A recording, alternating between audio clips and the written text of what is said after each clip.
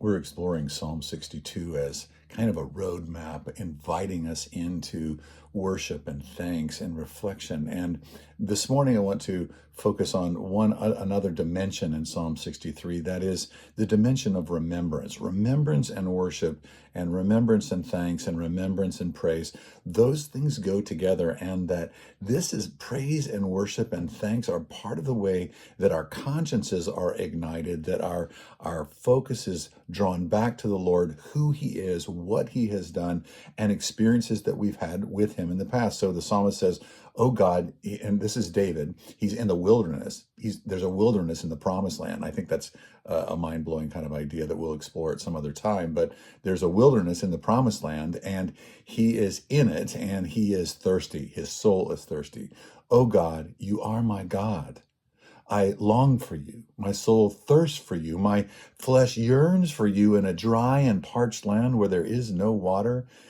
And here's the remembrance part. "Yes, in the sanctuary I have seen you and witnessed your power and your splendor." Because experiencing your loyal love is better than life itself, my lips will praise you. So here's the idea that David is in the midst of this dry place. He is thinking about what experiences that he's had with God before, and he's letting those experiences, that remembrance of those experiences, that remembrance of him experiencing the love of God, and he's letting that be propulsion, like it's the fuel for praise, and it's the fuel for worship, and he's letting the dryness draw him back to these thoughts of when he connected with God in the past, and then he is pouring his heart out, and he's worshiping and praising the Lord. So I want to ask you this morning for you to take some time and think about some experiences where you have felt and experienced the love of God